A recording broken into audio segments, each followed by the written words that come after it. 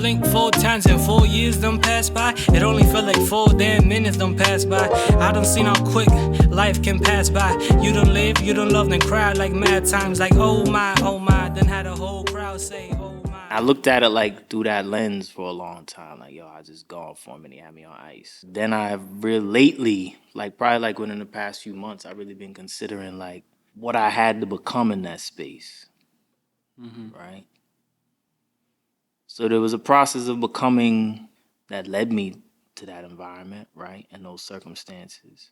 And then there was another process of becoming that I underwent while I was there, right? So it's like fighting for my life. I got life sentence. I'm fighting for my life. I got to teach myself law. Like I'm educating myself in many different fronts. I'm very introverted, but I realize like, yo, you got to learn to advocate for yourself in this space. So now I'm becoming like a public speaker.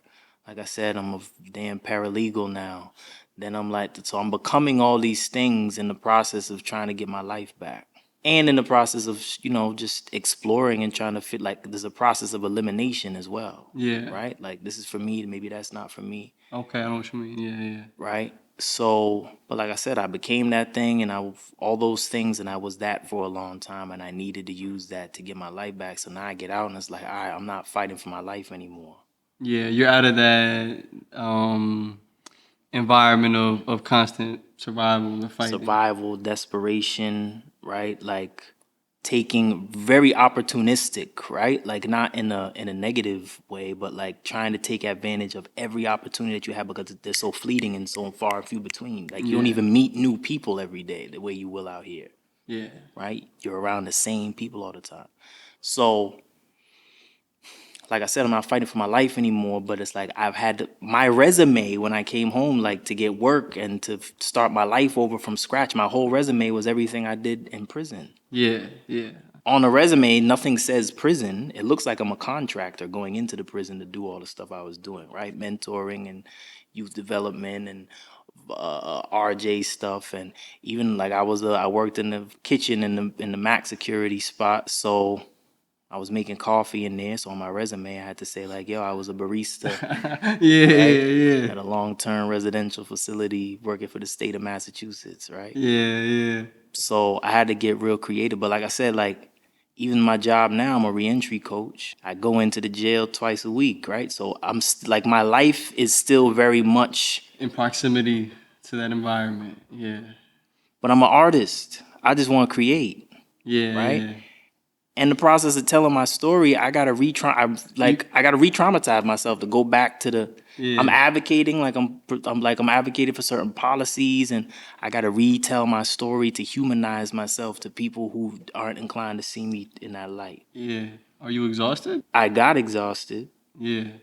right? And I chose like to make the necessary transition, so because I know it's not sustainable, it's not healthy, and it's like I'm not really free if I'm not. Yeah. You know what I mean? So that's where I'm at right now, right? And like if I'm honest, like I didn't anticipate this, but like there is like some survivor's guilt. Like there's brothers that I left behind that's like I don't know if they come like on paper, like that's it, that's their last stop. Yeah. They're Right? not coming home. So laws are changing and things are happening, and like there's a lot more guys coming home than I anticipated I would see, like just in the short time I've been home. It's like part of me is like, yo, like it's just time to just like you just time to live, like explore what it means to just live. Mm-hmm. And then there's part of me is like, well, I don't get to separate who I am, who I'm becoming from what I just came out of, right? Yeah. That's where the survivor's guilt comes in. Right, because like I said, there's brothers that I like, brothers in there that's closer to me than my physical brother. Yeah. Right, so it's like I say all that to say like there was a time where, and I'm seeing this like with my commitments, with my relationships, with everything. There was a point where it was like before I went in, where like I'm just living for the day. I'm anticipating incarceration or premature death, like, and I'm just like resigned to that. That's my reality. I'm not even trying to like. I would like to elude death and imprisonment, but I know like these are inevitable outcomes, right? So there was a point where I genuinely like didn't give a fuck, Mm-hmm. like genuinely, and then I realized, I talked about our last conversation, like I had to really come to terms with the fact that like, yo, you hurt a lot of people, man. Right? Most of which were like unintentional, right? I was just completely unaware and had no regard. But then when I like take some time to thaw out, and I'm looking like, yo, you really hurt a lot of people, man. So then I got to the point where it's like two extremes, right? Like not giving a fuck, and then now it's like I'm hyper aware and almost like even paranoid about like hurting people. I know what you mean. Yeah. Right? Once you've seen the pain, you call somebody else. It can that can itself be traumatizing. Yes. Yeah. Right? Which is interesting. That'll bring me. That's another point. There's another point that we could talk about. Perpetrator's trauma. There's such thing as perpetrator's trauma. Yeah, I've never heard the term, but yeah, it makes sense. So, quick sidebar, right? While I was studying, like I was doing a lot of advocacy work, did a study while I was inside. We surveyed over 250 individuals in there. We just got a partnership with Boston College to do a follow-up study to that research to quantify the levels and types of like trauma that individuals experience prior to incarceration, right? Individuals who are convicted of violent infractions, right? Yeah. So in my research for that, I came across some information like surrounding perpetrators' trauma, where it's like, yo, oftentimes we talk about trauma like someone did something that traumatized me, right? Or I did something that But what happens when the thing that I'm doing, I'm exposed to myself, right? I'm exposing myself to the thing that I'm doing. I'm slightly confused. Okay, if I'm at war and I shoot somebody, I just expose myself to that carnage that I created. Yeah. Especially when it's the first time, it's like there's a higher degree of shock because like you don't think a human might have. You might not have expected a human to have that much blood. You might not have expected this and that. Right. I mean, it ain't like the movies. It ain't like the cartoons. Right. To see that level of violence in reality is a lot of people think it's like, oh, I got it in me, bro. I could do it, but it's like they're not ready for the reality of it. You know what I mean? Now you can adapt to it. Yeah. Right. Like there's trauma responses. Yo, I'm gonna adapt to it so I could survive it. But what did I have to become? Yeah. To do the thing that now, like I said, I'm perpetually like exposing myself to this unnatural, just like traumatic shit. No, yeah. I remember I saw an interview with a psychologist who worked with veterans, and she was explaining that a lot of times part of what happens is that while they're at war doing these violent deeds, they essentially dissociate. Yes. It's like it's not even they don't even realize it's them doing it. But then it's like when they get home and they're in a calmer environment, like that dissociative mark kind of goes away, and it hits them like a freight train. Yeah. They did all that. You know what I mean? I don't know if that. No, as you saying that, I'm going back even further. Like, yeah. I was actually just talking about this today with I was in Bill Ricker House of Corrections today talking to the fellas in there, and there was some mothers who had came through, all of whom had lost their sons, right? All their sons have been murdered. So they come in and they talking to the young men, and like I'm looking around, I can detect like some of these brothers think this doesn't relate to them, right? They not upstate. Some of them ain't even served. They're not even sentenced yet. Some of them are sentenced. They only got a few months. They're like, yo, I ain't kill nobody. Like, I'm not here for that. Like, this don't relate to me, right? So I had to interject and I had to tell them, like, some of y'all might not think this relates to you, but like, if you're in that life, like, you are within the realm of possibility, right? Like, that this could happen to you. Yeah. Right? You might just be thinking you getting money or whatever, but like, I ain't never shot nobody until I shot somebody. I ain't never been beat up by police until I got beat up by police. I ain't never been robbed or shot at but I'm within that realm. Yeah. Right? When somebody rob you at gunpoint, take all your, like, that's gonna change you. Yeah. Right? So, and when it changed you, now it's like, now you have the capacity to do the thing that you weren't even thinking about minutes before that. Right? So I had to let like, yo, you are within that realm. And you only one experience from everything changing for you. So I say all that to say, I had to tell him, like, yo, it started when, like I said, I'm thinking I'm just getting money and I'm not trying to hurt nobody and I'm just whatever. But I'm like, yo, you can't be in that realm. Like, I had to make objects of these people with these habits. You're not a person. You just an object, and you helping me facilitate this thing. But actually, I had to objectify myself. What do you mean? I can't. One can't be. So, like you were talking about with the veteran, right? Yeah. There is no room for empathy when you're in survival mode. That's why I can switch that thing off.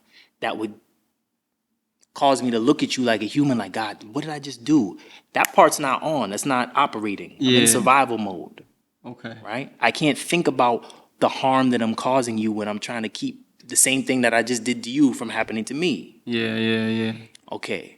So when I'm selling drugs, it's like I know I could die, get robbed, go to jail, I have to make an object out of I'm objectifying myself. I'm putting a price on my life, liberty, and limb. Yeah, and I think even in that empathy, you're removing empathy for yourself as well in that equation.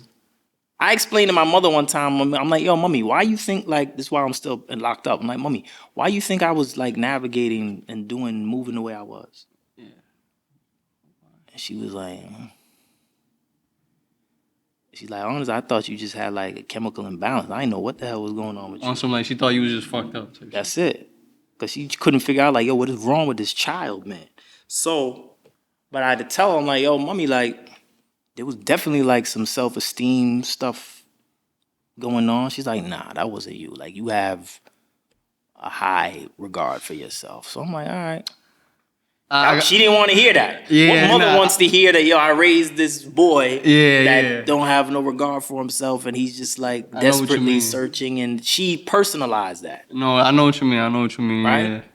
So I'm like, all right, mommy, so let me tell me like if these are the actions of someone who like really values themselves. Yeah. On some look at the actions. You know, a person says a lot with their actions more than their words type of thing. You know what I mean? Everything I'm doing on a day-to-day basis, moment-to-moment basis, I'm putting my life and people I love's lives at jeopardy. Yeah. And that's just the order of the day. Damn. Right? So I say all that to bring it back. Like, we talking about perpetrators' trauma. We talking about like, what does it mean to recover from that? What does it mean to be on the other side of that? Right? Yeah. And live a meaningful life that also honors all the pain that you've inflicted. Mm-hmm. Right? I don't get to just say like, yo, I'm gonna live my life and that stuff's it's not in the past. My life is still, my life is still centered around all the bullshit I done did. Yeah. I have a life sentence. I can go back to jail. If I violate, I'm back, like they'll have me in booking by nightfall. Yeah. Right? So it's like I don't get to remove myself from that. So now I'm just at a point where it's like, all right, and I accept that, right? Because, like I said, there's a point where I didn't care, and I think that I'm coming out of the point where it's like I might have cared a little too much, right? Not about like the life I took, but everything else around that. Like, I just don't want to hurt anybody for any reason, under any circumstances, on any level, right? So now what that caused was like a compromising of my own boundaries. Okay, I was gonna ask that. Okay. Right? Like I have, because I don't want to hurt you, like I'm gonna be like, yo, like, all right, you good? Like, and my boundaries is just like eroding, and so now I'm subjecting myself to all manner of just weird shit, right? So weird shit. So now I'm like finding the balance. It's like, yo, like some people just don't understand some shit, right? Yeah. So their lack of understanding is gonna like their feelings gonna be hurt, but it's not because I was a jerk. Yeah. Right? You just might not understand. We might not just understand each other. You might be confused, or you might be offended by, I don't know, some shit you dealing with. And this is not to say I'm like above reproach, like I can't be wrong. right? But I'm very, like I said, there's a level of paranoia, brother, where it's like, Well, yeah, okay. And it's paranoia around not the kind of somebody's out to get you paranoia, but just No. the hurting other people paranoia. Hurting people and understanding. I'm trying to speak to the thing without. There's a traumatic situation, right, that I suffered, and I don't want to go into the whole You good? story, but I might just to provide context. But I'm trying not to. So You can keep it as limited as you want. You know what I mean? all right, so there was somebody who I hurt, right, emotionally, and them not knowing how to deal with the pain that I inflicted on them caused them to make like some rash decisions, right? That played a role in me going to prison for a long time, right? Mm-hmm. So there was like a measure of like betrayal and all this stuff. So I'm like, yo. Of course, I'm deflecting and I'm like, yo, why would you do such a thing? And ray. But I'm like, Truth, you were completely irresponsible with this person, Mm-hmm. right? Were they justified in what they did? Nah. But could you have avoided that with like taking just a little bit more care in the way that you dealt with them? Mm-hmm. Maybe. So I know that when I'm not mindful of the way that I deal with people, I lose a lot of control in that situation. I don't want to have control over a person, right? But I need to have some measure of like, Boundaries? well, Is that the word? I can in some ways I can control the outcome, Okay. right? Like if I'm not disrespecting someone or I'm not violating them or if I'm not like what they perceive to be disrespect, even if they perceiving it that way, right? Yeah. If I'm not controlling that perception, then I lose control of I cannot control how this person reacts. No, yeah. It's like if you talk too loose, somebody's gonna smack you for talking crazy. You know what I mean? You do have control over another person's perception of what you say by That's the virtue. empathy. That's the empathy we're talking about. Right? Yeah. Like I said, that had caused me to like I said, be like hyper aware. Maybe paranoia is too strong of a word, but I was like hyper aware of that. Hyper vigilant. You know what Sure. I mean? Which is also a trauma response. Yeah, I get that word a lot in therapy on me. You know what I mean? I get it. You know what I'm saying? Yeah. So I'm navigating all that, right? And then trying to figure out like, all right, like how do I stay true to who I am and still like and even figure out what that is. I only been out not even 2 years yet, and I had to, like I said, I had to become something else for a long time. So now I'm really questioning like, what does it mean for me to be free-ish? Mm-hmm. What does that mean? Because these are all like these were all survival instincts that I had to develop, and they served me, right? It's at one point it made me like a hazard to myself and everyone around me. At another point, it was like it helped to heal and transform spaces and minds, right? But now it's like you got the whole world at your disposal now. You're not a cage no more, man. Yeah. Right? So it's like you got to just expand and take time and just understand and respect the process that this shit takes, man. Yeah. It's a process. Like I came home, I was very ambitious, brother. I say, yo, I'm gonna do this, I'm gonna record an album, I'm gonna do a visual album, I'm gonna do a listening party, I'm gonna buy a home in the first year I'm out, and I'm gonna do the thing, and then it's like, yeah, I feel you. there's a process to all this shit, man. Yeah, we're learning that right now. Yeah, Some hard growing pains, man. So then it's like, yo, all right, you gotta be okay also with just like admitting that. Yeah. And taking a few steps back, like, all right, like you can slow down a little bit, just relax and just do the knowledge. Yeah, You know what I yeah. mean? So that's where I'm at right now, kind of just like reevaluating some things. The first year I was out was like I was very abusive toward myself, brother. Like not intentionally, but it was just like there was no self-care, bro. Did No you rest. you felt very, did you feel impatient?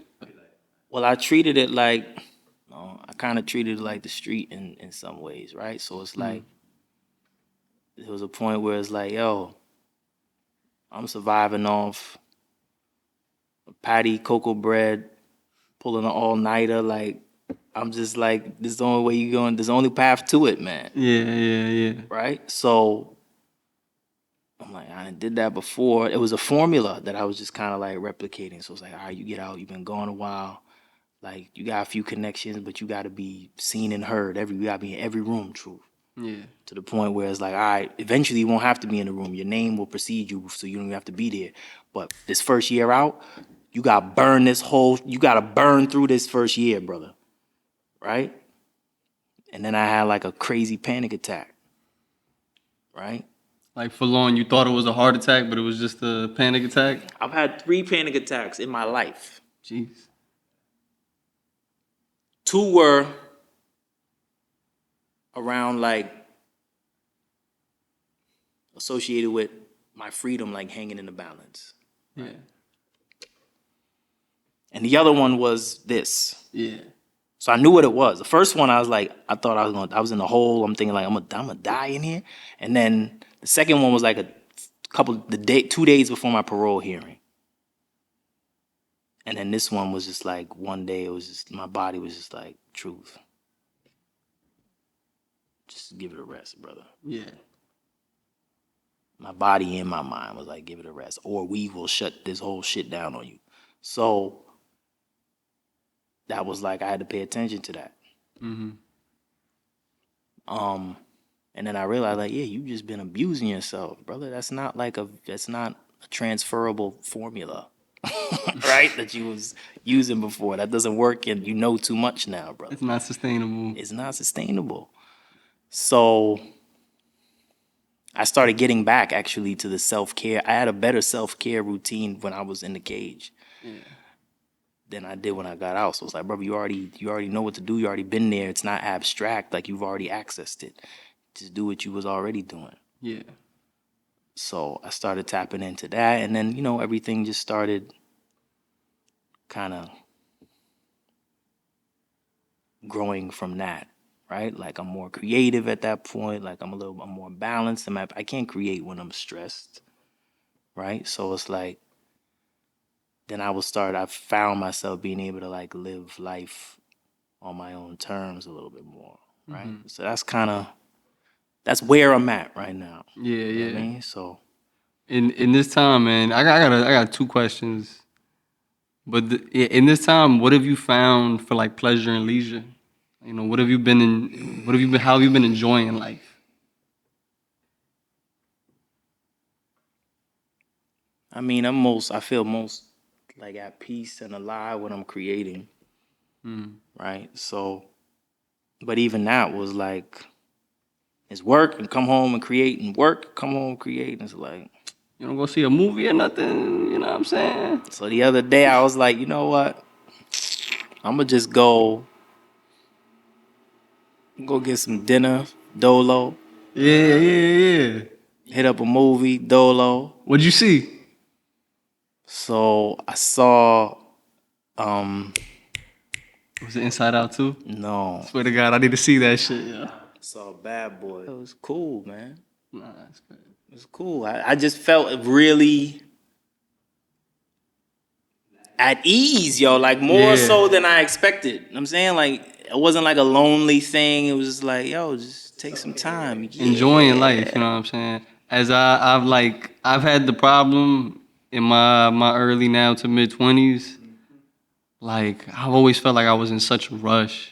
You know what I mean? I always felt like I wasn't gonna make it on time to wherever I wanted to, like, do and accomplish. Type, yeah. And not even, I guess it's FOMO, but it's more like one of the things where it's like when I was being a SoundCloud rapper as a teenager, you know what I'm saying? This dude, you know, I'll be at his crib pressing him. It's like, bro, we need to record right now. And it's like, why? Because if we don't blow up right now, we're never gonna blow up. It's never gonna happen for us unless we do it right now. And I have always, I've been locked in that mindset longer than I haven't been. You know what I'm saying? I can relate. I'm just now kind of like breaking out of that habit and like just trying to have a fucking social life, man. And like go to the movies, like go take a hike in the park, like enjoy what the world has to offer. That's something I've been needing to do. You know what I'm saying? I've been finding it. You know what I'm saying? It's rough. The brain rot with the phone go crazy, bro. I'm telling you. You know what I'm saying? And like I'm realizing for myself, like, if I'm disciplined at work, low key, I gotta be disciplined with my leisure as well. Whereas like actively just participating in whatever is relaxing. That's a fact. You know what I mean? That's a fact. I think like, all right. So I'm talking to my homegirl the other day, and she's like, she invited me over, like, let's watch a movie. So I'm like, all right, watch a movie. What you want to watch? You pick. So I'm like, all right. So I'm like, That you pick was crazy. so she's like, yo, what's your favorite movie? So I'm like, I don't know if I have one. Yeah. So I went off into like this rant where I was like, yo, good art, I'm not gonna spend hours of my life engaged in something like watching a thing that has not compelled me, it hasn't moved me. Like I'm not, Yeah. I don't feel like I'm different after watching the thing. It feels like you literally wasted your time. Right. Sometimes. I mean, everything doesn't have to be an after school special and like a history lesson or whatever, but like I was telling like, yo, I pay attention to the psychology of the characters, right? Yeah. And I'm like, yo, good art, if it doesn't do that, then it's like I don't want to waste my time with that. And that goes for movies, with people, with like, so she's like, yo, that's very rigid. Right? Yeah. So I'm like, that's fair. But I say, yo, the artist in me, like, I pay attention to craft, I pay attention to intention, I pay attention to like all that. And if I'm not inspired, I'm walking away, I'm low key disappointed. No. Yeah. Right? I feel that's fair. So that's how I approach life. Right? So like we was talking about before, there's a process of elimination, bro. Mm-hmm. I'm eliminating a lot to the point where it's like, well, like you said, you actively gotta like work on filling that void as well. Not just filling it with anything, but not like filling it with more emptiness. Yeah. Right? Yeah. But like filling it with, and sometimes like everything comes from nothing, right? Like silence is a tool. Silence is an instrument. Yeah. Right? So it's like stillness is a discipline. Absolutely. Right? So, but it's just understanding that balance. Yeah. Right? I think that's where I'm at with it. Nah. Let's watch more movies, bro. I gotta watch more movies. I'm gonna tell you, like, I think there was like 2 movies. I've been highly disappointed by the movies that I've seen. Now, mind you, I was under a rock for a while. I was on ice, so I missed a lot. Yeah. But I feel like the quality of movies now is like, There's way more garbage out there than there is good Whoa. shit. You know what I'm saying? If I could recommend like a movie studio that like hits most of the time, I'm talking about 80 to 90% of the time, the shit's just bangers. what's that? And when it's not, it's just weird. A24 Studios. I'm not familiar. They make Indie like indie films? films. Yeah, some of their shit is just weird. They got thing around here. They got like film festivals around here. We used to run a couple, man, you know what I'm saying? But now it's like the only person making films in our neighborhood is Michael T. We're the part of what we're doing this for is like we're raising money for a short film. I'm glad we brought this up. Tell me more about that too, because I know what I'm saying? you've been talking about it, and I want to hear more like Yeah. your vision for that. Now, so basically, it's based on the book I wrote, Twice Upon a Time. and we're trying to adapt one of the chapters into a short film, right? Like I'm gonna finish the script, like the final script this weekend. And so the story we're adapting is called Endless Finality, and it's the barbershop story. That's the nickname for it. It's basically a group of men cutting hair. A rookie comes in, like young dude. He got a kid on the way. His best friend had just passed away, so he's dealing with this balance of literally like life and death, like a newborn and a recently passed, right? And it just is this toxic masculine environment.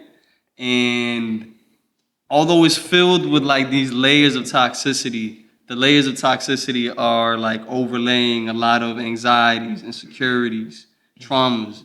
And like the point is to present really like the roughness of man is also man's protection in a certain way, and trying to create a better understanding of like why certain individuals are the way they are. Like one of the most prominent characters to me is Jesus. He's extremely homophobic, but there's an intimation there that he himself has his own problems with his sexuality. You know what I'm saying? But he covers it up by being the most boisterous, the biggest jokester. Like, you know what I'm saying? It's somewhat of an exaggeration of what people are like, but like, you know what I mean? And at the core of it though, you got this young guy named Pablo who's 21 and he's still trying to figure out how to be a man. And then there's these two different voices in the barbershop. There's the men that tell him like, yo, don't be an asshole to women, raise your kids. Then there's people like Jesus, and he's like, be an asshole to women, fuck your kids. Like, who cares? You can have more. You know what I mean? But like, in between both of those voices, there's also this shared shame because like culturally, they feel like collectively they feel cursed. And like that's the vibe of the barbershop. They're in purgatory in a certain sense. I feel like I'm kind of over explaining. I should have gave you the elevator first. No, But this is. you know what I'm saying? That's I'm with you. I'm as you saying all that. I'm thinking about like. Go ahead, go ahead. nah. We can talk about what I'm thinking about. Yeah, When yeah. you're done with your thought. But like, yeah, yo, so it's like it's that conflict between the positive masculinity and the toxic masculinity for the youth. And how we kind of have to confront that as well as confront, you know, a lot of anxiety and trauma and trying to navigate and adapt as best as possible. Um, Damn, I had another thing, yo. You know what I'm saying? At the end of the day, you know, just like the book's about mental health, masculinity, and community. Like it's the same thing with the short film. It's almost just like that was the story that I thought best encapsulated everything. You know what I'm saying? The whole book has to offer. Um, Yeah, I think that's important, man, to be able to like show. All right, so like culture, it's a set of norms, right? It's like a way of life that's passed down, and when you think about like even like for example, you talking about like the homophobia and the yeah, like. I come from a West Indian Jamaican culture that's like very homophobic, right? yeah. And for a long time I never questioned that, I feel you. right? Same. I didn't feel like I needed to because I wasn't like impacted by it in Yeah. any way, right? When So we straight guys, like I didn't really think about that shit until like I had gay people in my life, and I was like, oh shit. so there was a gay gentleman on one of the units I was on when I was in the Max. And at that point, like I'm reading everything, bro. So there was this psychology book I was reading, and it was talking about like people in the LGBT community who identify like, yo, this has been me since birth, right? Now I've never had any interactions with anybody from that community, right? At that point. So now there's a brother on the unit, like I said, he identifies as such. So like I said, now I'm questioning everything. So I take one of the brethrens with me. I'm like, yo, go me, I'm gonna holler at this dude. So I'm like, yo, were you born like that? So he's like, he was cool. He's like, nah. So I'm like, he's like, I got friends who were, but he was like, yo, like I had a scenario, and when I was younger, my cousin had basically molested me, and he's like, that changed everything for me. Yeah. So I'm like, appreciate the information. I kept it moving. But later on in my bid, I'm learning way more about like Black history, and I'm learning about like the plantations in Jamaica and the ways in which like the individuals who ran those plantations, like the ways in which some of the measures they would go to break I get it. these individuals, right? And we always hear about like the raping of women on these plantations, but it was like a real, this is a crazy practice specifically in them Jamaican spaces, like the castration of men in those spaces, right? And now I see like you said, the culture of shame Yeah.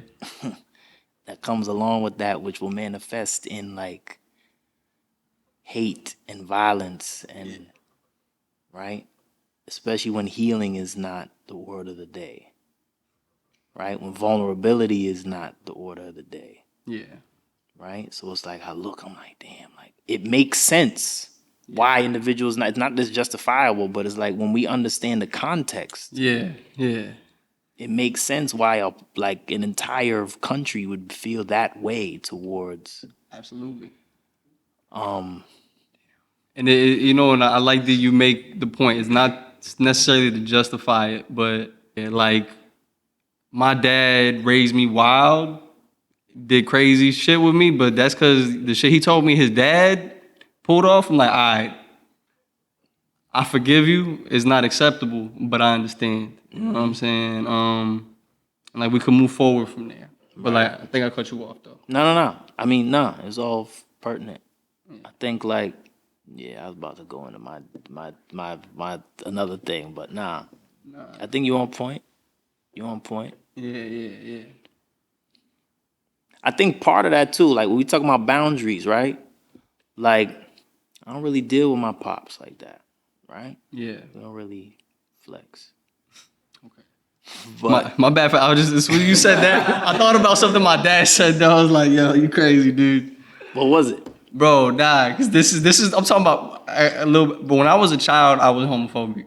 I'm talking about a gay person was standing next to me. I was 5, 6 years old. I'd be like, you know what I'm saying? Get heated on the subway in New York, bro. Like it's New York. Like you know what I mean? As I got older, like my mind opened up. I met new people, and it's just funny. My dad's old man. He's 61, 62, something like that. He used to be a pastor, bro. Super anti-gay, like just period. And I remember a couple years ago, randomly he calls me. He's like, Nani, mira, I got something to tell you. Gay people, they can get married now. I'm okay with it. And I'm like, all right, good for you, Your dude. approval. Thank you. Yeah, they needed it, They right? needed that. But then he followed up, and I'm like, yo, this is your shit. He said, but kids, I don't want to having kids. I was like, yo, he's like, they're gonna fuck him up. And I'm like, y'all, you and mom were straight, and look what you did. Like, you know what I mean? And it's like, Fair enough. that was my response, but I was like, yo, he's older, and he's at that point where I'm like, I'm not gonna even try. Like, trying to change your mind. I'm not gonna try to change nobody's mind, but especially like you are who you are. You know what I'm saying? So nah, yeah. Understanding hopefully understanding comes in time. It doesn't always happen that way, Yeah. right? So like with my father, like it's a very complicated relationship there. But I've come to like you said, like I understand like who he is, and I understand like what I'm just not gonna get from this dude, Yeah. right? Yeah. So, and I don't deal with silent treatments and all like weird shit, but like I also know like I was just saying games though. Like silent treatment shit is games. yeah, it's weird. So, but I also know like I said, if I know what I'm gonna get from you, what I'm not gonna get from you, I also understand it's probably just not like wise for me to invest Yeah. in this thing, man. I feel you. Right? So it's like Could we even be good friends? Would you make a good friend? I feel you. Right? I think about that a lot. That's the standard. Like there is no benefit of the doubt. Like if I have doubts about you, you're not getting no benefits from truth, man. Yeah. Those doubts are real.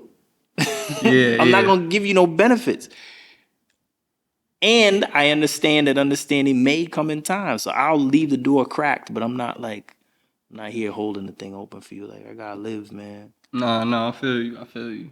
Yeah. And it's unfortunate. I think people just like there's some of that like FOMO for a lot of people. It's like, damn, I wish it could have been something else. But it's like, Nah, I know a lot of people who don't have dads who, to a certain extent, have over romanticized having a dad. yes. Cause it's like, yo, you didn't like it sucked, but it's like the grass is always greener type of thing. You know what I'm saying? We can get into the question: is it better to have a bad dad or no dad? Like, actually, probably no dad. I don't know. Bad parents in general are just bad. You know what I mean? We don't got to go that far into that convo, but yeah. Yeah, it's a lot, man. There's a lot. I remember a long time ago, you know, one of my mentors, we was in a group, asked the question. He was like, "Yo, y'all think it's possible for a mother to abandon their child?" And my immediate reaction was, definitely not. A father, yeah. A mother, no. Because in my head, I'm like, moms are the ones who always stick around. Sure, that maternal You know what I'm saying? connection. But it's like, yo, then he told us the story, and I was like, oh, fuck. Like, you know what I'm saying? Like, it goes both ways, you know what I'm saying? I was like in my late 20s, bro, when I really realized, like, yo, mommy was not just mommy, yo. What you mean? Like, mommy is a woman. She is a complex woman who had a whole life before I made my little debut. Yeah. Right? So it's like she was fully developed, yo. In many ways, because she is a human. I love my mother, but I'm sure undeveloped in many ways. That's big. Right? So it's like I had to realize, like, I don't even know this lady. That's real shit. I don't even know you. I know how you grew up. I don't know how you met my father. I don't know what it was for you when you lost both your parents before the age of 15. I don't know what it felt like for you to carry me. I don't know about none of that. Mm-hmm. Who are you? Right? So it's I got you. I had to realize, like, yo, I gotta take the time and the effort to get to know my mother. Yeah. Because it had been normalized that whole time, my whole life up to that point, like, She's just mom. she's just mommy, man, and we don't ask no questions. Yeah. Then I really started dissecting and like trying to understand like my father and the ways in which I was like just like him. And I didn't rock with him, but I'm like, yo, I'm this dude on steroids, yo. I know what you mean. Then it got to the point, like, once I started to understand myself more, like, I can empathize with this dude. Yeah. And I understand just where he's at, right? Because I was there. Like, some shit he just don't give a fuck about. Yeah. Because he don't know how. Yeah. Wasn't modeled. He hasn't had to enter that space of, like, vulnerability and, like, just being completely on. I'm not going to ask this dude to just, like, reassess his whole life at the end of his life. Like, you tell this man he been fucking up his whole life. Mm-hmm. I'm not gonna have that conversation with him. Yeah. I'm not gonna be the one to do that. So you just gotta live and let live. Take the lesson. Yeah. Right? You might take the L, take a couple L's, but you take the lesson, you still up. You still up. You still got life to live. Like, you still got evolution. You still malleable. No, absolutely. I mean, just be available to be seduced by whatever life has for you, man. No, absolutely. I mean, it makes me think about just like there's a difference between like a relationship and the emotion involved in a relationship. Say more about that. And it's like I think like the most basic example is, you know, a romantic relationship is always the easiest one to think about. Okay. Whereas like you could love a person, but either circumstances or things about them make the relationship dysfunctional and impossible to maintain. Sure. You know what I'm saying? You could love somebody, but it's like if they're always yelling at you, screaming at you, verbally abusive. You know what I'm saying? Just because you leave don't mean that you may not love them, but it's like these are the choices we have to make for ourselves as individuals. Sure. Engaging in these dynamics. You know what I'm saying? And I think that's kind of what you're doing, just like leaving the door cracked but not holding it open. You know what I'm saying? And respecting that it's like, I don't know all the emotions associated there, but it's like, the relationship just it can't function necessarily. You know what I'm saying? Because of all the things you said. You know what I'm saying? You're on point. It's a real thing that I think everybody has to accept at some point because, like, yeah, we feel these things for people, and I think we feel like feelings. Sometimes we feel like the feelings triumph over the reality of the situation. You persist through the emotion, and you kind of just dig that hole a little deeper, and the relationship becomes a little more dysfunctional till it blows up somehow or some way. You know what I mean? I guess when we're on the subject too, this is something I was thinking about, way earlier in the conversation, but. And you talked about it a little bit, talking about the you pick, you know what I mean? The what? The you pick, you know what I mean? The you pick the movie line. Okay. Yeah. What has it been You like? pick. That's the. Come on. I ain't know. All right. You the just put me on. you pick guy now, bro. All right. You pick. The you pick. Okay. Got you. Okay. You pick. Yeah. Sorry. You pick. Got you. Oh shit. All right. You like that one? Yeah. The you pick. I love it. But shit, yo. Shit sound like a basketball drill.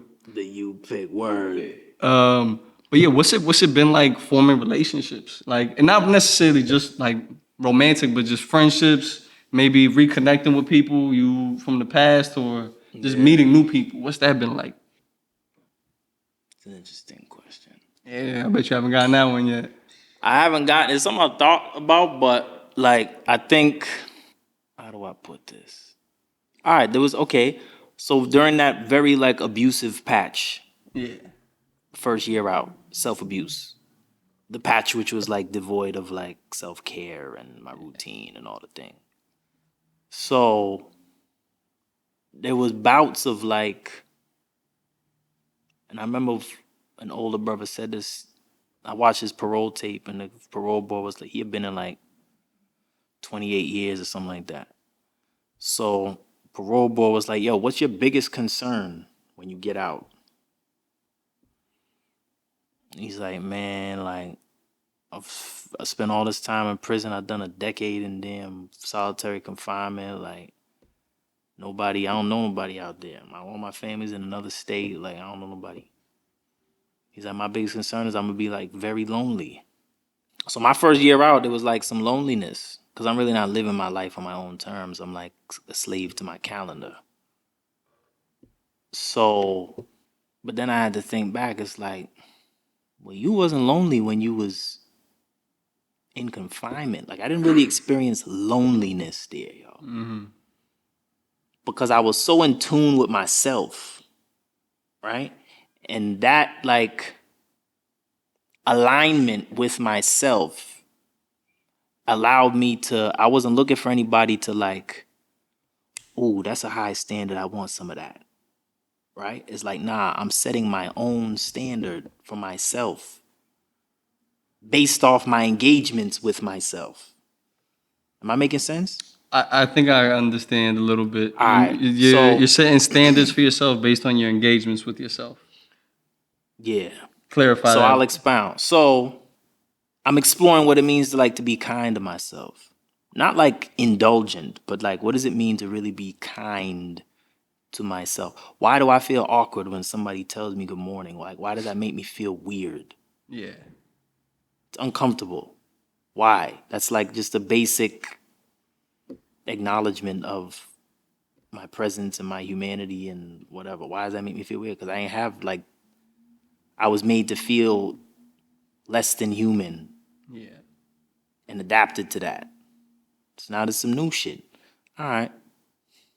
I'm not really comfortable exchanging good mornings with nobody else. But I could address myself in the morning like, good morning, truth. Yeah. Appreciate you, heart, for holding me down through the night. Yeah. Right? Lungs, y'all did your thing too. right? Like I'm really just acknowledging That's wild. myself, right? So now when anyone else comes into my cipher, into my space, into my presence, it's like there's a standard that's been set. I know what you mean. I know what you mean. Yeah. It's you know, there's the golden rule: treat others the way you want to be treated. But it's like treat yourself the way you would treat others. There's something in there, but it's like I was okay with treating myself like shit though. Yeah. Okay. Right? Like I would talk mega shit to myself. I know what you mean. Right? Yeah. So, and thinking that I'm gonna motivate myself by shaming myself. I know what you mean. I know, like the coach in a ball game. You fucking piece of shit. Get on the court. So now when someone show me some like genuine love or compassion or gentleness, I'm like, what is that? Damn. Right? Because you didn't start with yourself, so it starts out. Yeah, I get it. So now I'm reconditioning myself. So now I say all that to say when I get into relationships, any relationship, include even with the man who brought me to this world, I have a standard, yo. If you're not meeting that standard, like I said, I'm not gonna punish you. I just have to know for myself, like what I'm gonna allow around me. And I know also, like, you might not just be doing this because you're an ass. You might not know any better, but that don't mean you can't harm me. Yeah. So I gotta protect myself. Ignorance can still be dangerous. So I've carried that. So that standard, I've set a very high standard for the people I allow into my life. So again, process of elimination. Yeah.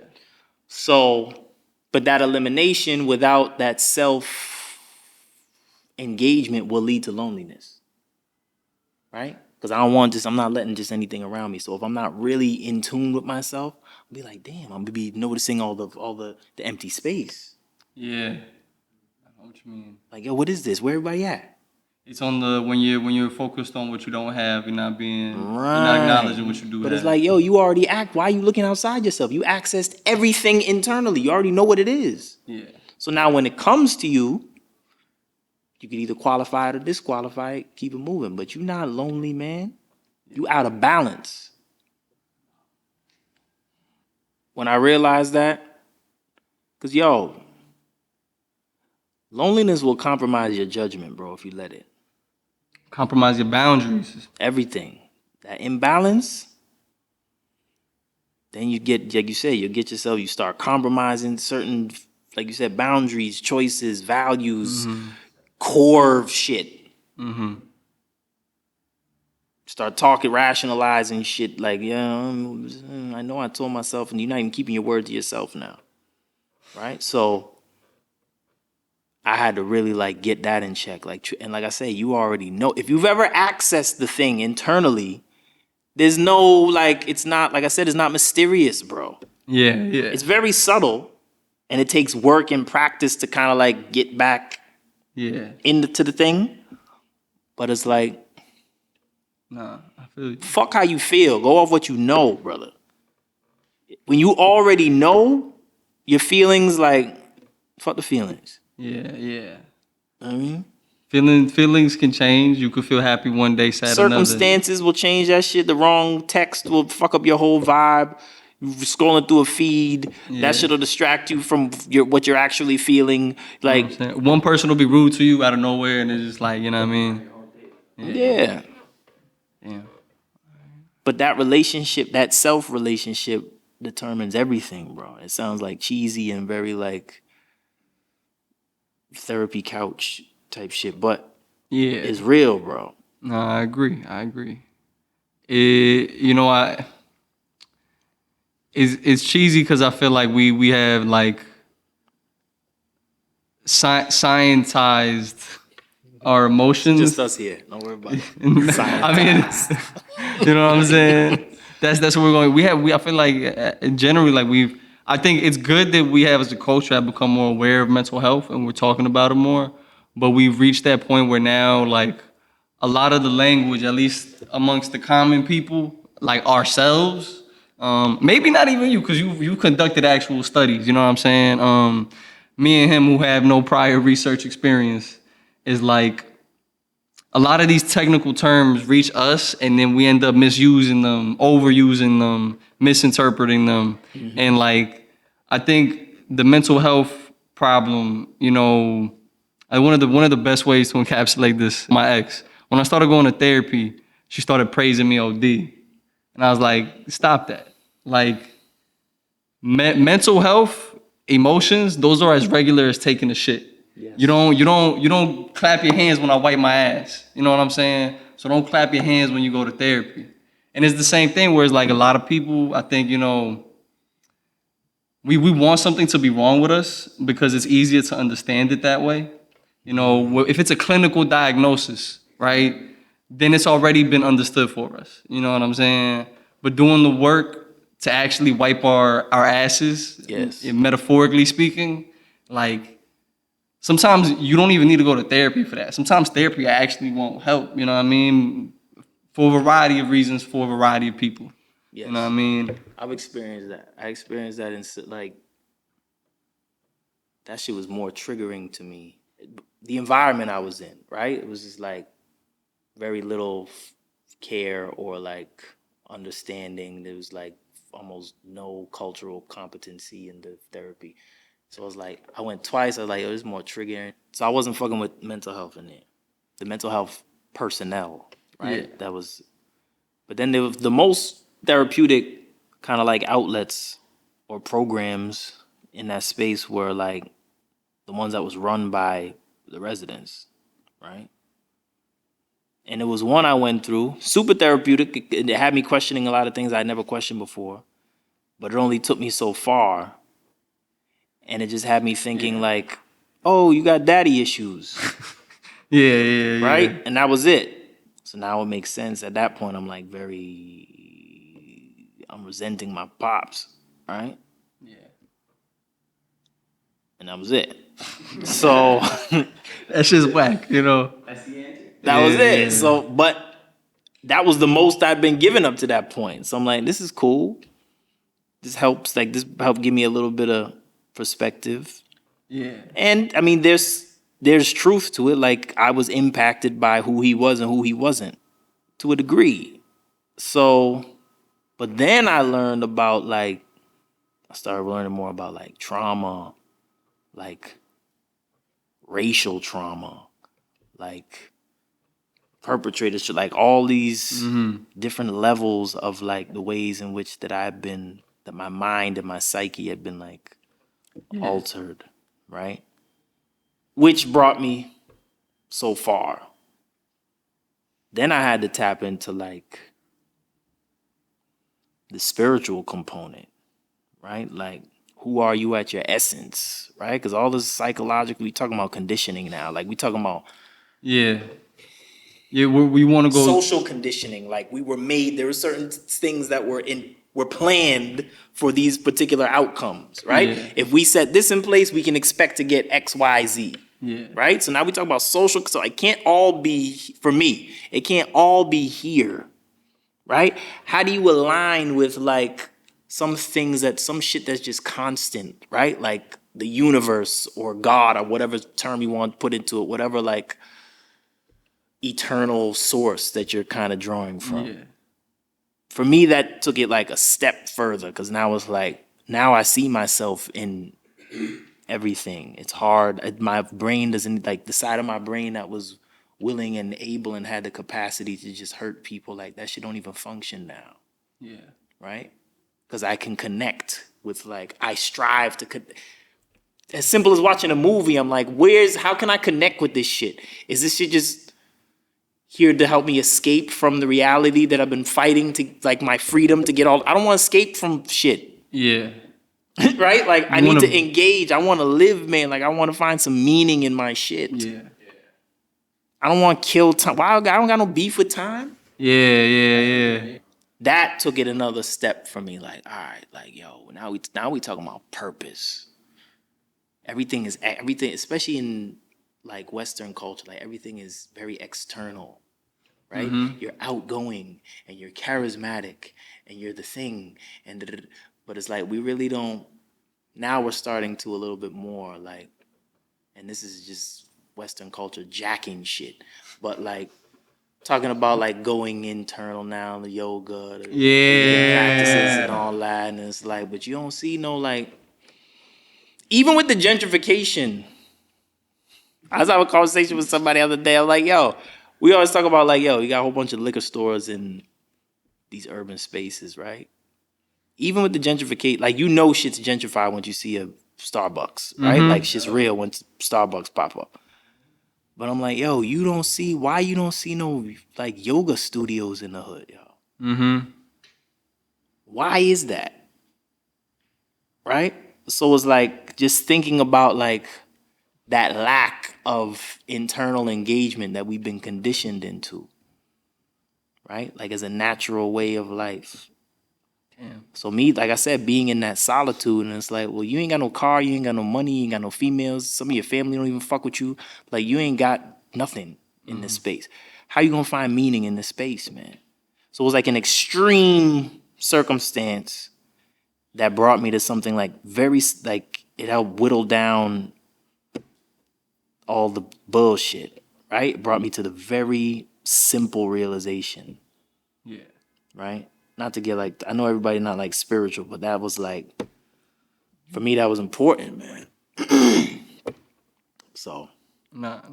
I mean, I've been, I read this book called Connected to Goodness, and it's a book about business. I didn't know it was a book about business till I fucking opened it. And the man who wrote it, an intrinsic part of his business practice is his spiritual practice. You know what I'm saying? And the necessity to always be aligning your values. You know what I'm saying? That's not just a matter of like moral principles, like thou shalt not kill, thou shalt not, whatever morals that may or may not exist, but a matter of like, how do I put this? Like, do you value kindness? Do you value goodness? You know, these aren't just like moral values. These are actually, to him, the way he kind of explained it, like these are spiritual values. These are the ways that you nurture your spirit and you nurture the spirit of others, and how you manifest. And he uses that word a lot, manifest. And that's become such a buzzword nowadays that like I easily like dismiss when people say it's like, oh, I'm manifesting it. I'm like, motherfucker, you're not really. You're just talking out your ass. Right. Yeah. But he broke it down in a way I'm like. That's the trick. That's the trick. But you know, they said the self-help industry, man, they sell you on spirituality. They sell you on positivity. Industry. It's the you know what I'm saying? See, brother? Exactly, right? Some Western shit. Exactly. And nah. It's one of those things. I don't think it's corny because I think, you know, whatever we define as spirit, you know, the Greeks used the word for spirit in ancient Greece is psyche. You know what I'm saying? The word now we use today for our psyche. You know what I'm saying? And it's like, I think throughout time, there's always been different understandings of what the spirit and the soul is, but there's never not been a denial of the fact that the human being has some sort of soul, some sort of spirit. You know what I mean? And to like whatever degree we believe or we perceive it a certain way, like we have to engage with that, I think, in order to achieve fulfillment, flourishing. As the Greeks would say, eudaimonia. You know what I mean? Yeah. That's just my reaction to that. Yeah. Nah, it makes sense, man. I think like, and for me, that's like the art. The spiritual practice just brought the art to another level, Yeah. right? Because I think I told you the story before, like when I started writing, right? While I was in the box. In confinement. Was in there for like 3 weeks. Not lonely, bro. Yeah. There's people in other cells like losing it. And I'm just like, I'm in my zone, bro. I said, let me try to start to write this thing. And I'm just like, it's just flowing out. It's my first piece. Then I'm like, I gotta memorize this shit. It's like 3 pages. So now I burned it. And I had no ambition to like share this shit with anybody, right? I had no like ambition to perform anywhere. So like no aspiration whatsoever. It was like an act of desperation, really. And then so I get out, poetry recital, do the thing, let everybody know like, yo, this ain't, I'm not a poet, I'm just try something here. I ain't a rapper, but you know what I mean. So did the thing, and bro, that was like how you said your queen was telling you like, yo, therapy and right? Like that shit, like accolades and applause, that shit makes me anxious, bro. I don't like it. Yeah, I feel you. So I wasn't doing it for that. I've never done it for that. But the exchange during I don't even like speaking in terms of performance, but exchange during what I was sharing, that shit felt like prayer, bro. Whoa, like that volley of energy back and forth, bro, and understanding that, yo, my words, not is no ego thing, but just understanding that people are connecting with the thing that I said. Mm-hmm. Each individual in the room is they're having their own individual experience off the thing that I'm saying, and I didn't have none of them in mind when I wrote it. Yeah. Right?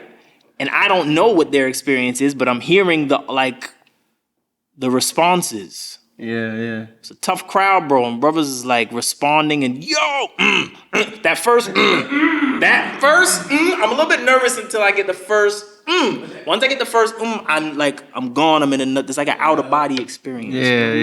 It's very spiritual, bro. That's wild. That's why I make the sacrifices that I was telling the homie the other day. I'm like, yo, bro, the only other thing I would make the type of sacrifice I'm making for right now is if I had a child, bro. Mm-hmm. I would not be doing like the spiritual shit is like the only other thing beside my offspring. Yeah. And I'm putting that shit off. I'm putting offspring off until I could like fully develop this shit. Yeah. This is my offspring. Thank you. So, yo, bro, that's the way like I connect with myself. One of the ways I connect with myself, and one of the other ways I connect with like humanity, bro. Yeah. There's not for me like I haven't experienced anything beyond that, or anything to that level. Yeah. Aside from like a deep meditation, and then when I come out of that shit, all I want to do is write. I need to try that shit. You know what I mean? So I was thinking 2 things while you were talking. One of them is a scientific fact. The other one is a theory I'm working on.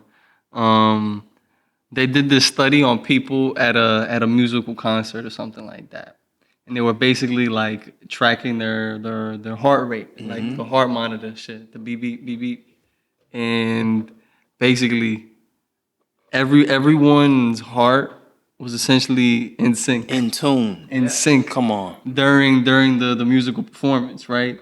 There's something about the vibrations, the rhythms, that we ourselves are able to create. You know what I'm saying? That physically, down to our biological construction, unifies us, right? And then it kind of comes to the second thing that, I was thinking about this a lot. I started thinking about this back in Oxford when I was studying the philosophy of language, and sort of You went to Oxford? Yeah, I studied there for 6 months, man. That shit was a trip. I mean, came back fried, but like, you know what I'm saying? You just said that shit like it was a Tuesday, bro. Like I was in Oxford. And Yeah. We've had to get going on that. Yeah. You know what I mean? Yeah. That was neat though. What you did, just like that? Yeah. skim over. The finesse. That was good. You know, I almost missed it. I'm like, did he say? Maybe he meant something else. Was he talking about Oxford, Ohio? Right, Oxford. Okay, I'm with you.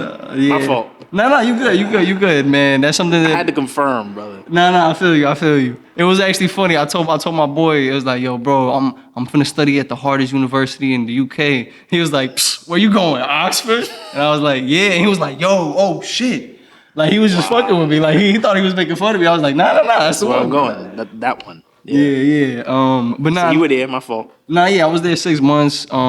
First 3 months I was having like a pretty good time. And then it got extremely lonely. Just like I realized I hadn't heard nobody speak Spanish. Bro, my whole time I was there, I only heard people speak Spanish like 3 times. You know what I'm saying? And it's like, I didn't realize I would miss that until I didn't have it. You know Culture, what I mean? But over there we were studying philosophy of language. And That's interesting. you know, my favorite philosopher, Wittgenstein, he has this deduction or like this reasoning, like, how do you know other people have minds? And it sounds like a really weird thing. And it's weird because once I started studying this, I was like, damn, what if nobody actually understands what I'm saying? Like, you know what I'm saying? What if no one actually has access to what's going on in here? And it's like, the way he disproves it is that, of course, we can see our minds through our bodies. Mm-hmm. You know, if I'm sad inside, and I'm crying, like what I'm doing on the external is an indication of what's going on the internal. Mm-hmm. And the fact that I can deceive you about how I'm feeling on the internal is further proof that I can communicate the internal through the external. And it's like, the reason why our development as a species has gotten us to where we are, it all comes down to our use of language and our ability to externalize our internal world, you know, by using words, right? And it's like, it's really like churches that the sermon the pastor gives is it is a spiritual experience. Yes, by virtue of, you know, the worship of a higher being, but the conduit of that experience is our language. Mm-hmm. You know what I'm saying? The music, right? Yeah. Art is a spiritual experience. You know what I'm saying? Not because we are necessarily worshiping a higher being, but because we are putting our spirits in unison. Mm-hmm. You know what I'm saying? Yeah. That's interesting. So there's 2 things you said, and I've talked about this before with you, about like solitary confinement, and that to the question that you were just exploring, like, how do we know that we have minds, right? And like,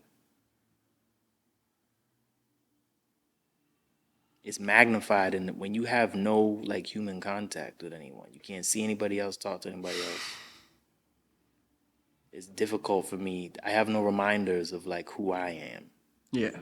Because I don't see the opposite of that. I don't see different iterations of that. I don't see things I can relate to outside of me. It's like, you lose connection with reality. Yeah. You can. You lose the I when you lose the other.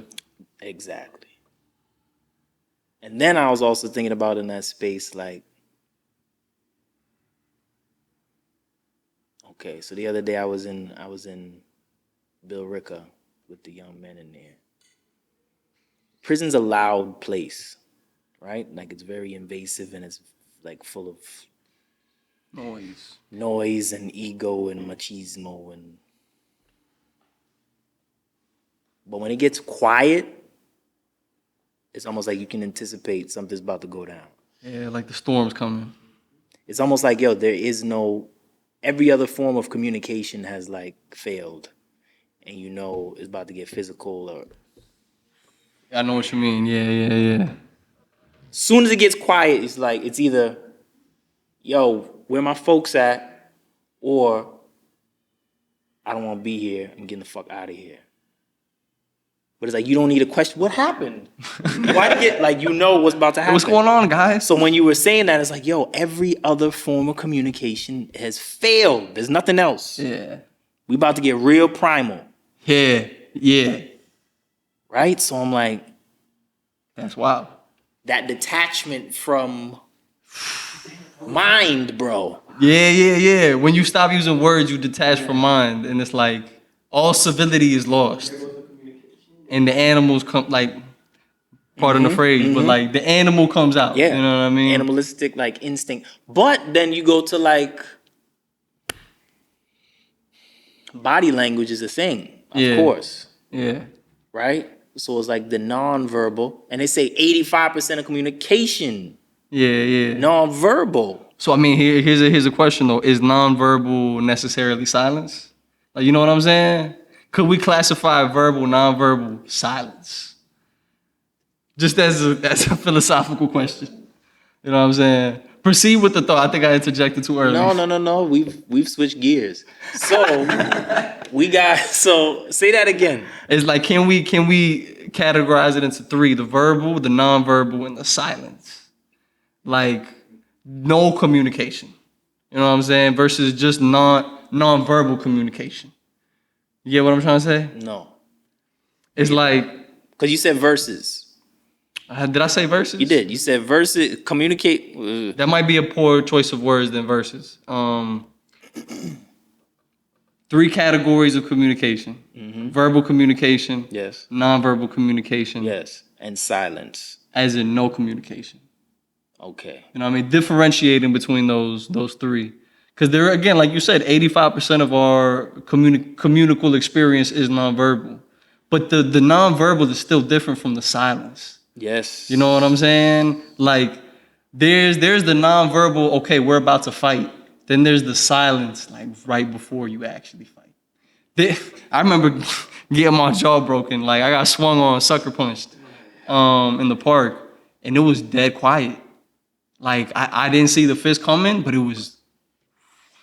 And Or the the next, silence during the fight. Right? Yeah. There's no words. It's just blows and flexing yeah, and like grunts perhaps. maybe some grunts. There might be some grunts, right? But yeah, it's like, yo, fuck everything. We don't get, or some dudes talk shit, right? Yeah. They're really proficient with their fight game. They might talk shit. The more experienced guys, you know, they know how to Yes. talk and jab at the same time. Yeah. But that is interesting. Yeah. Because I think about as a recording artist, where most of I've spent more time performing in prison than I have outside of prison, right? And in prison, it's all in-person engagement. But now it's like, okay, I'm on a track. If 85% of communication is nonverbal, I only got 15% on the track.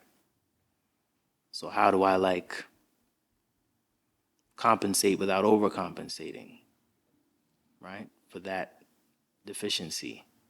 Maybe it's not a deficiency, but that reduction, right? So that's something I've been playing with to ensure that I'm not losing. So it's not really an exchange. It's a one-way communication, right? My audience, if they're listening to a track, they're not. They can't talk back to you. So it's one way. So I gotta ensure that like I'm communicating as much as I can, right? And it may not just be in words. Now it's like, or it may not just be my words. Now it's vibration from Yes. the beat. Maybe not the beat.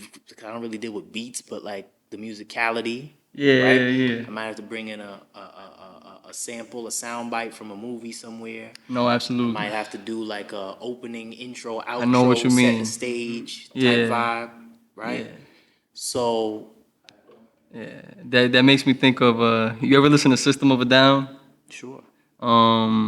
Sometimes like that's when I tell people I like that band, they're like, whoa, okay, that's different. But it is different. They're weird sometimes. Sometimes their poetry makes no sense. It sounds like just gibberish. And I was like, how do I make sense of these lyrics that sound like nonsense? And then I was like, listen to the instrument. What is the guitar emoting? What is the drum evoking when this word strikes? Like, you know what I'm saying? And then suddenly it's like, oh, wait a minute. this random nonsense is about rebellion in some sense or another. You know what I'm saying? Or this random nonsense is about like love and joy, or you know what I'm saying? But it's like I can only infer that, and this is why it's like you can't. This isn't a fact. I'm inferring that from the tone of the sounds surrounding the lyrics. You know what I'm saying? Those speak as much volumes as the words themselves. You know what I'm saying? And you're evolving like in real time, right? No, actually, yeah. Like I call myself like I used to never be able to do that, and now I suddenly understand why they teach jazz in college. Like I'm like that seems like a weird kind of subject to teach if you're not just learning to play it. Yes. But it's like nah. They're learning what sounds create certain moods, Yes. and what kind of stories you can then tell with these moods. Mhm. You know what I'm saying? You'll evoke a particular like emotion or Exactly. Yeah. Exactly. And like you said, is like they're not only using their words to say it, but they're incorporating, like you said, the vibrations to paint the full picture. You know what I'm Yes. saying? telling you. Nah. So like if I'm talking about like free people problems. Free people problems. That's good. That's That's good. what I talk about like That's a that's good what one. I'm navigating, right? So it's like because I don't even listen to music. I can't listen to music the same anymore. Yeah. Listen to music in a cage. You experience it differently. You will dissect it differently Yeah. than you will on the highway. Yeah. Right? Singing along. And you're just going. You're not really like, it's just there. Yeah. And the world, everything around you is defining the shit for you. Right? The first time I hear a song, if I'm in solitude, like it's taking me somewhere. I'm not thinking about Route 6, bro. I'm thinking about like, where is the like, I'm thinking about a young lady's toes on the dashboard with her toe ring and the AC blowing, and it's like I'm seeing that with a particular song. Yeah. Right? So it's like these are free people problems because it's like I don't have in many ways my senses have been like dulled. Yeah. Talking about the brain fried with all the information. And it's not even knowledge, it's just information. It's just bro. information. You're never gonna use it. You're never gonna talk about it. You're just The most storing it. profound thing that you've been exposed to, you will experience that in the same way that you experience the shit. Yeah. It's the same, like I'm experiencing shit the same way, bro. Yeah. It's somebody once said it's like, yo, if you hand me $5,000 and it's still covered in shit, it's still shit. And I'm not gonna like, you know what I mean? Yes. The Instagram itself is a shit packaging. Shit. So when you put even something good on it, you're still wrapped in shit. You know what I mean? Yes. Damn. Wrapped in shit. So you have that part, right? And then, but it's like, yo, how do I describe free people problems to someone who hasn't necessarily had to navigate that transition? I'm sitting here like I don't even know what a free people problem is. You know what I'm saying? Yes. That's So what it's like you think rich people problems or white people problems. I'm like, yo, those are problems that you would love to have. Yeah. Right? Yeah. These are problems. The problems I'm having right now, like, bro, I gotta remind myself, and I've tried to be intentional about like being completely mindful and like not minimizing my experience in comparison to somebody else. My shit is 100% real for me. Yeah. Right? But I also have to remind myself, like, I ain't get strip searched today. Right? I know what you mean. Like, I ain't have to wake up at the crack of dawn to stand for someone to come and like count me. Yeah. Right? Like, I have central air in my space. Like, there's a heat, like, dudes have like fans this big trying to keep them cool in a tin box. I feel you. Right? So it's like, these are all free people problems. I could wake up next to a lady tomorrow if I want to. Yeah. Right? Yeah. His brother's like, none of these things are options. Right? Shit. Free people problem, having to cook your own food, you know what I mean? Do dishes and shit. Yeah, you know what I'm saying? Pay bills and taxes and parking tickets. Vote. I got a car, man. I go where I want. I do what I want. You got a nice And car, there's by a the way. parking ticket. Side note. That was unrelated note. I like Mazda. I like the Mazda 3. I appreciate it. I'm ready to move on from that too. But it'll come. Yeah.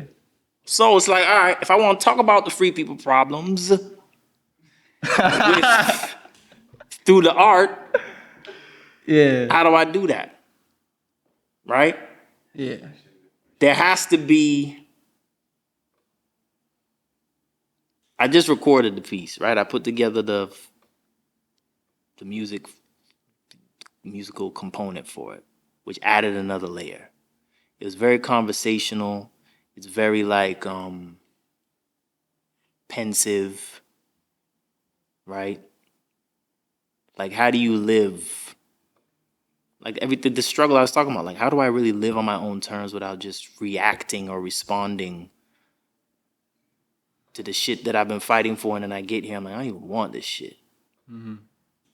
How I've been fantasizing about this shit for all this time, and I get, I'm like, yeah, kind of like I don't want this shit. I have more peace in the cage. There was a point where I was like, yo, I have more peace of mind in the cage. Not that I want to go back, but it's like a lot of this shit I don't even want. So then that's where I'm coming from when I say, yo, I ain't always tell the truth, but I was honest. I was gone for a while. Whole time playing possum. The whole time I was putting pen to parchment, long fall, bounce back from rock bottom. Lately, I've been navigating free people problems. Yeah. I've been sifting through my secrets to preserve my safety, but lately, something been blocking my blessings. And I don't mean no harm, but I do got suspect intentions, and both can be true. Yeah. That's wild. Enough about me, though. I was concerned for him. Last I heard, son must have got burned in the sternum. They did him dirty, left him leaking on heaven's stoop. And we was all wild childs, victims of tactile learning styles. Look what it cost us. Yeah. And mistakes germinate and resentment crescendos. And closure comes at a price. The gains prove meager. Still, I managed to circumvent all my renderings to Caesar. Trade secrets from the ether. We swore never to divulge. At my best, I've only ever been a seeker. Sliced open by my own creation, laid bare, open to interpretation. There is no changing, only growth. I ain't always tell the truth, though. Right? So it's like, how do you translate the thing? Yeah. That was wild. I don't know. Right? I'm trying to figure this shit out. Yeah. But that's the challenge. No, absolutely. We talking about language. Think about the time when there was no language. When I learned that math and language were like created. It wasn't like there was a time where I couldn't teach you the thing. You had to develop the thing. Yeah. Think about not having math, brother, or language, and what you have to go through to actually achieve those things. Even conceptualize the idea that we can communicate through our voice box. Yeah. It's crazy shit. That's why I used to have a lot of like unsolved mysteries around how our language came about. Was it like we saw a thing, we made a noise, and we would just call that thing that noise? That's been disproven, but like there's a lot to unpack there. But continue. And I think like that's what fucked me up the most over like Black history. When I realized or when I learned that like, the history I was taught started with my demise. Right? I wasn't taught nothing Black before colonialism. I know what you mean. Yeah. You were taught a history of loss, enslavement, and we don't even know. We can't even measure the magnitude of the loss because you didn't teach us what came before the loss. Mm-hmm. You don't have any idea what you. There's nothing there. Yeah. And I've been conditioned not even to question it, because it's like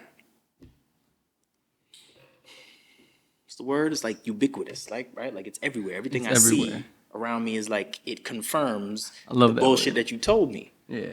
Then I learned about ancient Egypt, Timbuktu, Kemet, where all these sciences and Matlin spoken language, all this shit was developed, bro. Mm-hmm.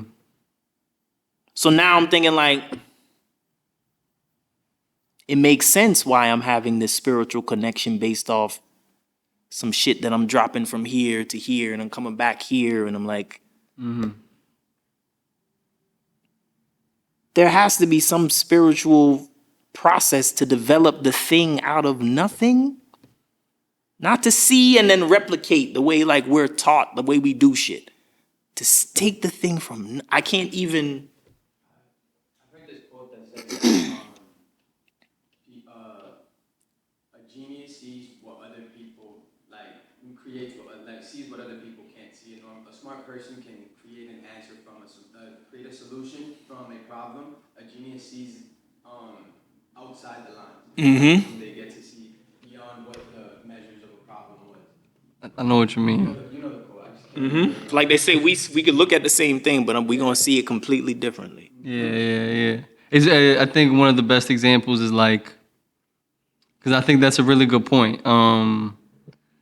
And it's fucked up that that's considered that would be considered genius. But it's to say that like, and it may be to a degree it is, right? When I was tutoring kids in writing in college, right, there were students when the prompt was make it up yourself, easy. There were students that when they had to make up the prompt themselves, they would falter. They had no idea what they were doing. They couldn't create something out of something, right? And like and it's to say whereas like our language isn't necessarily developed out of nothing. We had the ability probably at least to make noise Sure. of some sort, Fair right? enough. So and that's basic, right? So it's to say that like, but we found a way to do a lot with just that very basic quality, right? A lot of animals make noises. None of them can talk. You know what I'm saying? Right? But it's kind of like that. It's analogous to that situation. We were in this predicament, however many hundreds of thousands of years ago, where all we had was just the noise, and we made something out of there. And then today, where it's like, how do I put this? The students who couldn't make something just out of the noise of whatever book they were reading, they needed to be handed a prompt, Yeah. question developed by somebody else from the book. You know what I'm saying? That's the analogy, though. That's it. Yeah. Which makes sense, right? You know what I mean? Because it's like nothing's really original, right? It's like an amalgamation or a different iteration of something else that came before, right? Yeah. But when I think about I'm thinking about my homegirl. She's about to open a dispensary, right? So she got somebody that's working with like. Let us know. We'll go visit. Yeah, she got somebody working with like AI to like that helps manage like the lighting for the whatever. She's like, yo, the AI tracks the sleeping pattern of the plant, right? That's fucking freaky. So I'm like, sleeping pattern. She's like, yeah, like it's a living organism, man. Yeah. And somebody else was telling me like, yo, true, because I kept killing plants. I had plants in my crib and I kept killing them. And I gotten into the practice of just watering the plant before bed. Because I'm running around.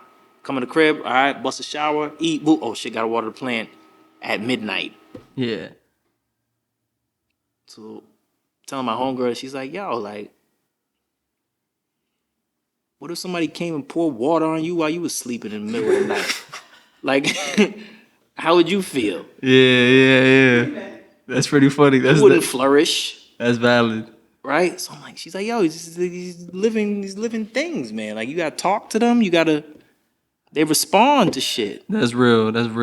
They did this this test. They put a seismographer, like the thing that measures the earthquakes on a plant.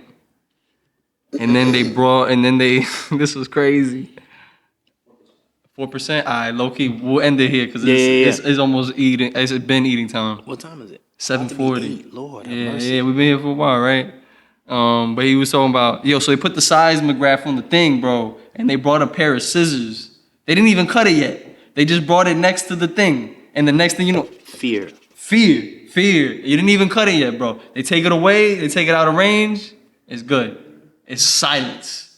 Bring the scissors back. It's screaming for his life, and that shit threw me off. I was like, damn, I shouldn't have fucking kept stabbing that tree that one time when I was a kid. You know what I'm saying? I was in the yard with a machete, bro. Saw a big ass tree. I was like, I'm Zorro. You know what I'm saying? Like a fool. I regret that shit to this day. Did that tree dirty, man. Yeah. Just trying to chill. Trying to chill, bro. Old ass senior citizen tree, bro. He was on some like this fucking 5-year-old, bro. Right. He understood though. He been around. He's seen a lot. Yeah, that's he a fact. understood. That was an old ass tree. That tree actually been there since my grandmother still lived in DR. Talking about like the 1940s type shit. Wow. It's one of them trees. You know what I mean? Seen a lot, bro. You're not the first one to machete it, bro. Yeah, right. You won't be the last. You won't be the last. But now, yo, brother, are things about to die? You know what I'm saying? Get the dap on camera, you know what I'm saying? It was a good convo, my brother. Come on, brother. Pleasure's always mine, son. Always, anytime. I mean that. Thank you, bro. I appreciate Of course. that.